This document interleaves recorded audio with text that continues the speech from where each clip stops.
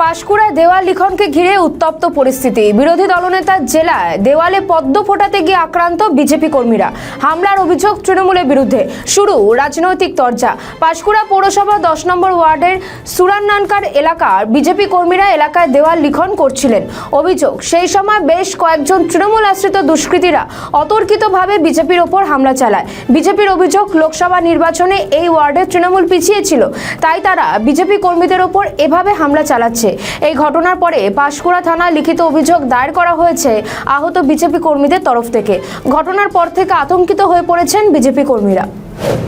দেখুন, প্রথমে যে ব্যাপারটা, তৃণমূলের পায়ের তলার মাটি সরে গেছে।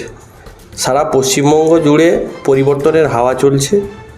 সেইরূপ পাঁশকুড়া পশ্চিম বিধানসভা তৃণমূলের হার নিশ্চিত জেনে, কারণ এই 10 নম্বর ওয়ার্ডে বিগত যে লোকসভা নির্বাচন ছিল, তৃণমূল পরাজিত হয়েছে।